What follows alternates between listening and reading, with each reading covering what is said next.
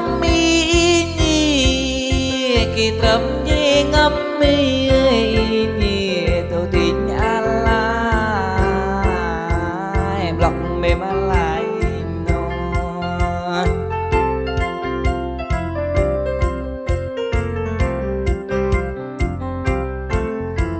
ý nhau đi ăn cơm bẩn để cùng vã cơm mắng hồ tay ý nhau đi mình bài cùng bẩn và thở tay mình gờ lòng hãy mấy đón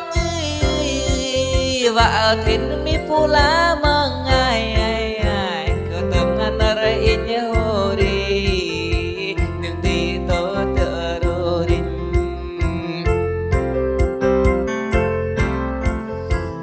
lại in vui kia cơ mi phu lá anh lại in đi đỡ gan vào ai in pa play ô gan sơ quạt với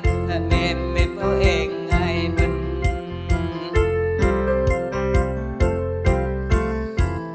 in lúc đi chỉ ngâm nâu đen chỉ ngâm in như đêm mai ơi mà in hứa đi ăn cơ mà trái mừng ai em ăn lại mà nữa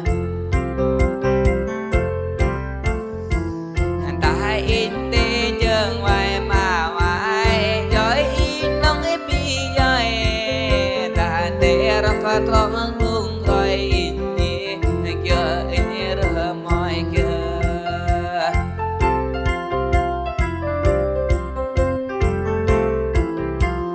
kia tu miri vai nama tu chính bôi tru mình bột in em ala mai boleh tru nhau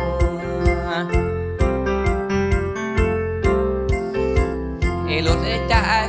minu tam dengan tipu baga binyong ringin tipu vai chung ro thong ringin tipu vai kyong ba dak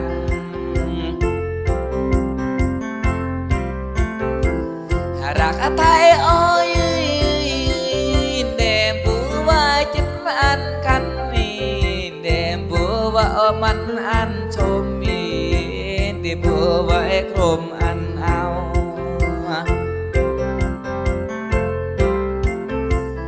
đầm in lăng và em ring nghe ta áo chỉ mà rõ tam từng ngày ta chỉ có chỉ mãi chỉ lần tam từng ngày tam in rơi bằng bơi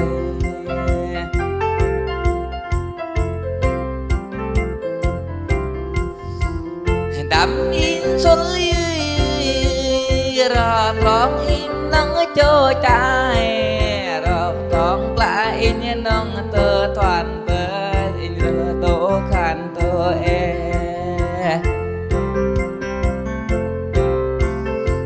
ở bên là cái đê cô khờ đã ở bên là mi bá kia rồi on in thì mỗi năm ngồi rạn đê lại xin thôi đón bay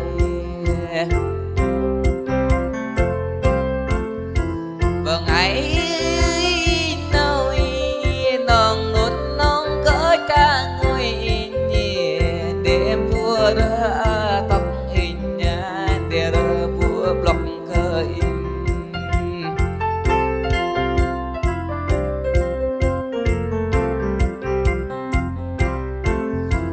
tu tin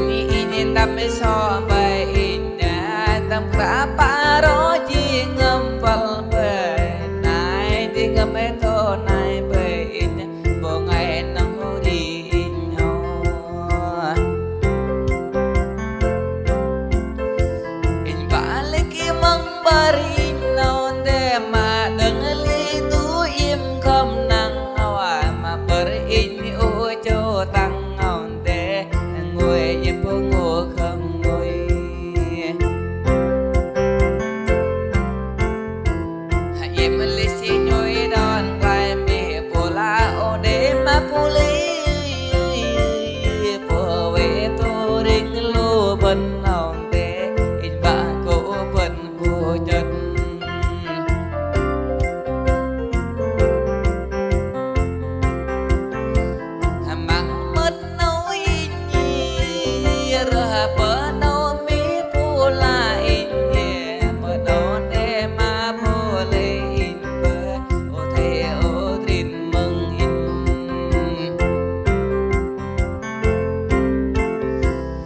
yang laku miri ini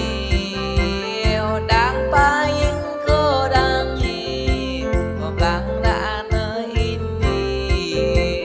hon pade hon be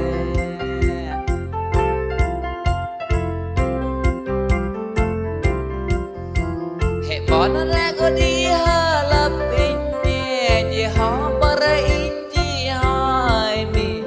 me he mon pul he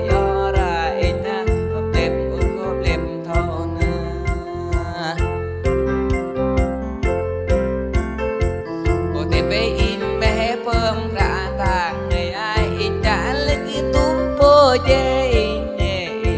le tu tu ma bal inde bakatang nar inye hori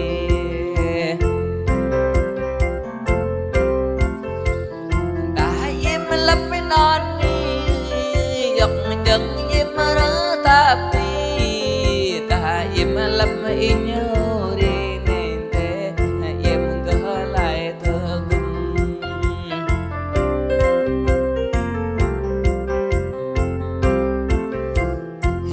in phơi trên nâu khơi để ô xí đừng tu chi nông khai mà ô tiếng đừng nã bơ thêm nơi bà cho in mẹ nâu khơi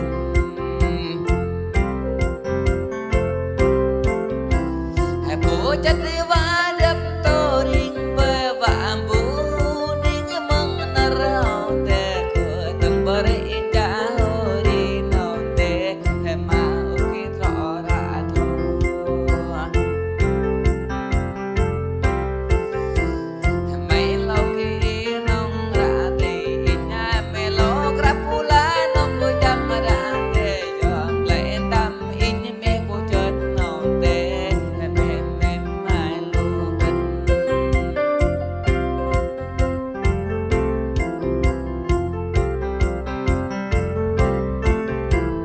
đam ý huri thui đi nâu đen đam ý ri cho cũng đi tôi nâu bơi bờ lối in vai ô tin nâu đê in tim ăn có bần đằng rong